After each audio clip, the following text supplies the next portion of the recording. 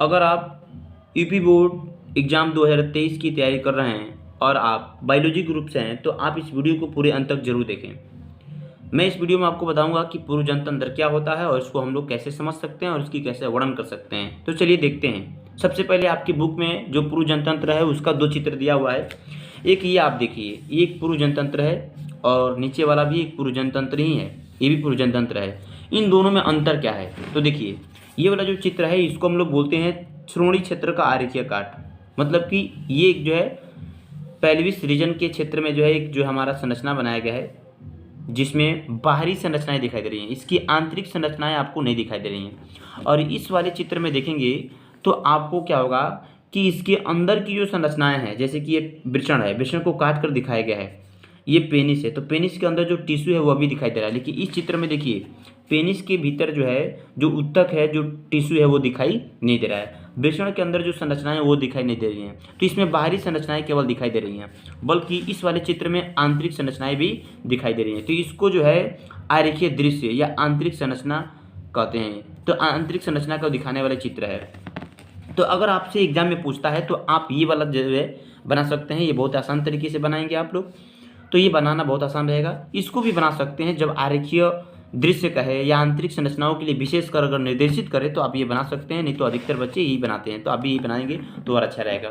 तो चलिए समझते हैं कि हमारा जो है पूर्व जनतंत्र क्या होता है। अब ये पूर्व जनतंत्र जो है, जैसे कि यहाँ से शुरू करते हैं वृषण से, क्योंकि वृषण जो है पूर्व जनतंत्र का प्राथमिक लैंगिक अंग होता है। तो वृषण को हम लोग प्राथमिक लैंगिक अंग क्यों कहते हैं? क्योंकि वृषण के अंदर ही शुक्राणु बनता है और मुख्य क्या है? शुक्राणु ही है जो एक संतान उत्पन्न करने के लिए आवश्यक है। तो देखिए यहाँ पर ये क्या है, तो ये जो है एक थैली है जिसको हम लोग बोलते हैं वृषण कोश कहते हैं। क्या कहते हैं? वृषण कोश कहा जाता है। ये जो वृषण कोश होता है ये दोनों टांगों के बीच में ये लटका हुआ होता है और उसके बीच उसके अंदर जो है दो जो है वृषण पाए जाते हैं, जो टेस्टिस पाए जाते हैं और जिसके अंदर शुक्राणु का निर्माण होता है। ये अगर आपसे प्रश्न पूछता है, ये पूछता है कि वृषण कोश जो है वह उदर गुहा के नीचे क्यों होता है, या टेस्टिस जो है वह उदर गुहा के नीचे क्यों होता है, बाहर क्यों होता है? तो इसका कारण ये है कि उदर गुहा के नीचे इसलिए होता है क्योंकि जो वृषण के अंदर जो शुक्राणु जो बनते हैं वह जो है उनको बनने के लिए, उनके निर्माण के लिए शरीर से कम ताप की आवश्यकता होती है। जो शरीर के अंदर जो तापमान होता है, ये आपको पता भी होगा कि शरीर का जो तापमान होता है वो 37 डिग्री सेल्सियस होता है। लेकिन जो शुक्राणु जो बनते हैं वो 37 डिग्री सेल्सियस पर नहीं, बल्कि उससे जो है 2 से 2.5 डिग्री सेल्सियस कम ताप पर जो है इनका निर्माण होता है। इसलिए जो है जो वृषण होता है वह शरीर से बाहर होता है। अर्थात जो है उदर गुहा के नीचे जो है एक थैली के अंदर जो है पाया जाता है, ताकि अपने वह तापमान को बनाए रखे और शुक्राणु का निर्माण कर सके। तो अब देखिए संरचना को थोड़ा सा बारीकी से समझिए कि ये है वृषण, ठीक है, इसको वृषण कहते हैं। ये जो आप देख रहे हैं इसको हम लोग जो है इपीडिडाइमिस कहते हैं। क्या कहते हैं? इपीडिडाइमिस। अभी इपीडिडाइमिस के ठीक ऊपर जो है ये जो नली निकल रही है, इस नली का नाम देखिए क्या है? शुक्रवाहक नाम है। क्या नाम है? शुक्रवाहक। ये शुक्रवाहक जो है आगे बढ़ते हुए ये आगे चल करके एक जो है नली में खुलती है यहाँ पर, इसको हम लोग बोलते हैं अस्खलन नली। क्या बोलते हैं? अस्खलन नली। अच्छा, ये जो अस्खलन नली होती है ठीक यहीं पर एक संरचना है, देख रहे हैं आप, इसको बोलते हैं शुक्राशय। क्या बोलते हैं? शुक्राशय, जिसको सेमाइनल वेसिकल कहते हैं। यह एक तरह की ग्रंथि है।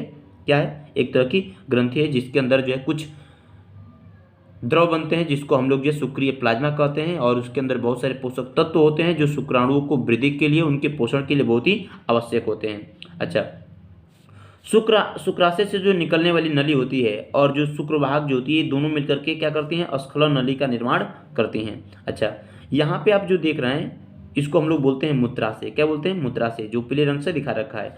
अच्छा, ये मूत्राशय क्या होता है? जिसके अंदर मूत्र जमा रहता है, यूरिन जमा होता रहता है, उसी को हम लोग मूत्राशय कहते हैं।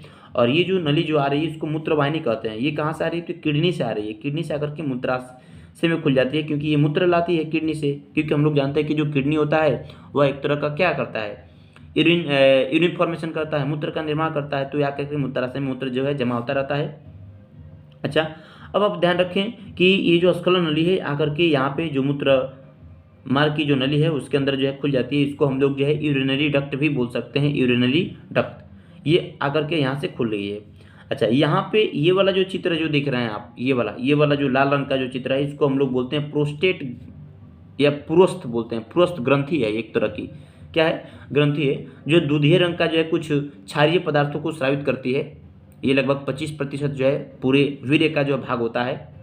और ध्यान रहे कि जो वृषण के अंदर जो शुक्राणु जो बनता है वह शुक्राणु क्या करता है, इस शुक्रवाहक से होते हुए आता है और यहाँ पे जो शुक्रिय प्लाज्मा होता है और शुक्राणु इधर से आता है, शुक्रिय प्लाज्मा इसमें से आते हैं और दोनों मिलकर के और ये जो प्रोस्ट ग्रंथि से जो भी पदार्थ निकलते हैं ये सब मिलकर क्या करते हैं, वीर्य का निर्माण करते हैं। शुक्राणु इधर से आएगा, शुक्रिय प्लाज्मा आएगा, दोनों मिलेंगे और क्या बनाएंगे, वीर्य बनाएंगे। मतलब शुक्राणु प्लस शुक्रिय प्लाज्मा के मिलने से क्या बनता है, वीर्य बनता है, जिसको हम सीमेन कहते हैं।